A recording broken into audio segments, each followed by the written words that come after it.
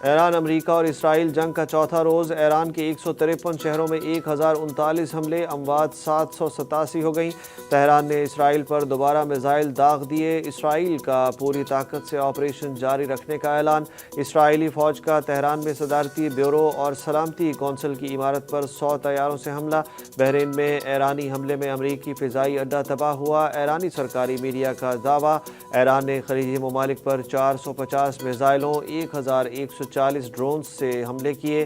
مکہ اور مدینہ سے ایرانی شہریوں کے انخلاء کا عمل شروع کر دیا گیا۔ ایران کا آبنائے ہرمز بند کرنے کا اعلان، گزرنے والے جہازوں کو نشانہ بنانے کی دھمکی دے دی۔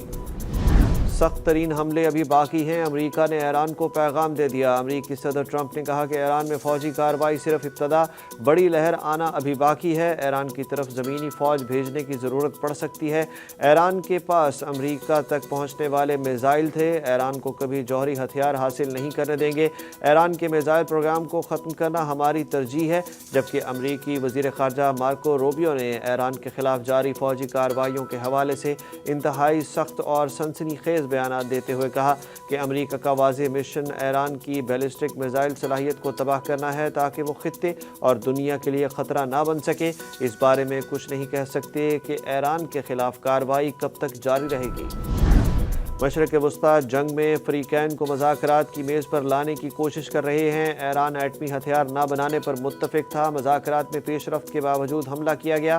پاکستان دل و جان سے ایران کے ساتھ کھڑا ہے، نائب وزیر اعظم اور وزیر خارجہ اسحاق ڈار نے اعلان کر دیا۔ سینٹ اجلاس میں اظہار خیال کرتے ہوئے سینیٹر اسحاق ڈار نے کہا کہ پاکستان نے جوہری توانائی کے پرامن استعمال سے متعلق ایران کے حق کی حمایت کی تھی۔ امریکہ ایران کے تمام ایٹمی پروگرام کو مکمل ختم کرنا چاہتا تھا، جبکہ ہم نے ایران کو پرامن ایٹمی پروگرام جاری رکھنے کی بات منوائی۔ امریکہ اور ایران کے درمیان اسلام آباد میں ثالثی کے لیے تیار تھے۔ انہوں نے کہا کہ میں اور ایرانی وزیر خارجہ عباس عراقچی براہ راست رابطے میں ہیں، ہمیں رابطے کے لیے دفتر خارجہ کی ضرورت نہیں۔ حکومت کی طرف سے مذاکرات کی کوشش میں کوئی کمی نہیں ہے۔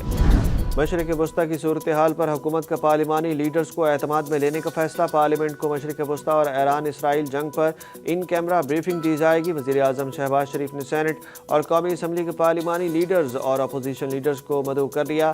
وفاقی وزیر اعظم نذیر تارڑ نے کہا کہ ان کیمرہ بریفنگ کل 11:30 بجے ہوگی۔ بریفنگ کے لیے کوارڈینیشن کی ذمہ داری رانا ثناء اللہ کو دی گئی ہے۔ امریکہ نے پاکستان میں تمام ویزا سروسز 6 مارچ تک منسوخ کرنے کا اعلان کر دیا۔ امریکی سفارت خانے کے مطابق یہ فیصلہ اسلام آباد میں قائم سفارت خانے کے ساتھ ساتھ لاہور اور کراچی میں موجود امریکی قونصل خانوں پر بھی لاگو ہوگا۔ اس سے پہلے یہ سروسز 2 مارچ تک معطل کی گئی تھیں۔ آپریشن غضب للحق میں دشمن کے خلاف وار جاری۔ سیکیورٹی ذرائع کے مطابق پاک فضائیہ کی کارروائی میں جلال آباد میں ایمونیشن ڈیپو اور ڈرونز سٹوریج کو تباہ کر دیا گیا۔ افغان طالبان اور فتنہ الخوارج کو بھاری نقصان کا سامنا، جبکہ وفاقی وزیر اطلاعات عطا اللہ تارڑ نے بتایا کہ افغان طالبان کی جانب سے شمالی بلوچستان میں 16 مقامات پر حملے کیے گئے۔ حملوں کے جواب میں 27 افغان طالبان کارندوں کو ہلاک کیا گیا۔ بلوچستان میں حملوں کے نتیجے میں FCC کا ایک نوجوان شہید ہوا۔ خیبر پختونخوا میں رات گئے جوابی کارروائی میں 40 افغان طالبان ہلاک کر دیے گئے۔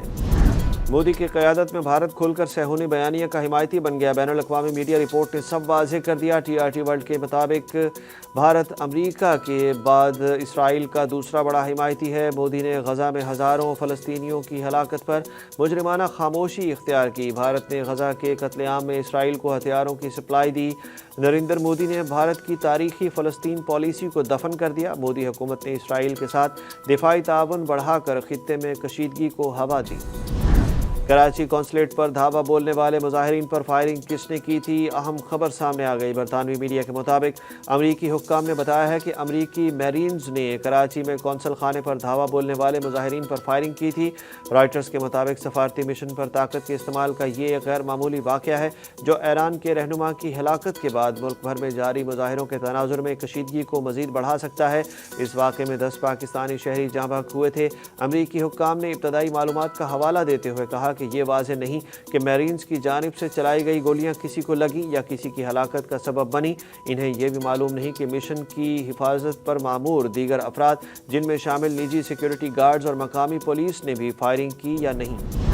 عمران خان کی شفا انٹرنیشنل ہسپتال منتقلی کی درخواست پر نوٹس جاری، حکومت سے جواب طلب کر لیا گیا۔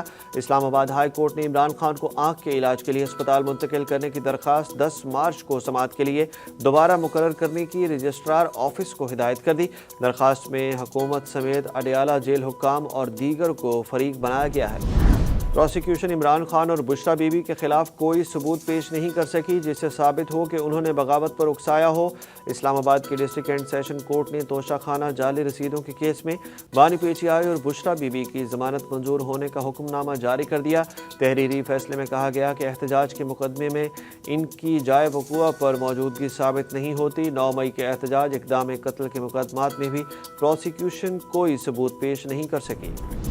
تاریخی گراوٹ کے ایک روز بعد پاکستان اسٹاک ایکسچینج میں کاروباری تیزی، پاکستان میں فی تولہ سونے کی قیمت میں بڑی کمی، پی ایس ایکس 100 انڈیکس میں 6000 پوائنٹ سے زائد کا اضافہ، 6 نفسیاتی حدیں بحال ہو گئیں۔ دن کے اختتام پر 100 انڈیکس 5159 پوائنٹس بڑھ کر 1,57,132 پوائنٹس پر بند ہوا۔ ایران جنگ کے باعث پاکستان اسٹاک مارکیٹ گزشتہ روز کریش کر گئی تھی، انڈیکس ایک ساتھ 15 حدیں گوا بیٹھا تھا۔ دوسری جانب پاکستان میں فی تولہ سونا 13,900 روپے سستا ہو کر 5,49,962 روپے پر آ گیا۔ مارکیٹ میں فی اونس سونا $139 سستا ہو کر $5,272 پر پہنچ چکا ہے۔ ملتان سلطانز کی نئے مالک کے ساتھ پاکستان سپر لیگ میں واپسی، P S L franchise Sialkot Stallions کا نام تبدیل کر کے ملتان سلطانز رکھ دیا گیا۔ باقاعدہ اعلان پی ایس ایل کے سی ای او سلمان نصیر، مالک ملتان سلطانز حمزہ مجید اور چیف ایگزیکٹو گوہر شاہ نے قذافی اسٹیڈیم لاہور میں مشترکہ پریس کانفرنس کے دوران کیا۔ گوہر شاہ ٹیم کے چیف ایگزیکٹو ہوں گے۔ نام کی تبدیلی کے ساتھ ٹیم کی ویلیو اب 1,85 کروڑ روپے سے بڑھ کر 2 ارب روپے سالانہ ہوگی۔ گوہر شاہ کے مطابق ٹیم سلیکشن سے مطمئن ہوں، اگلے سال جہاں ضروری ہوا ٹیم میں تبدیلیاں کا سوچیں گے۔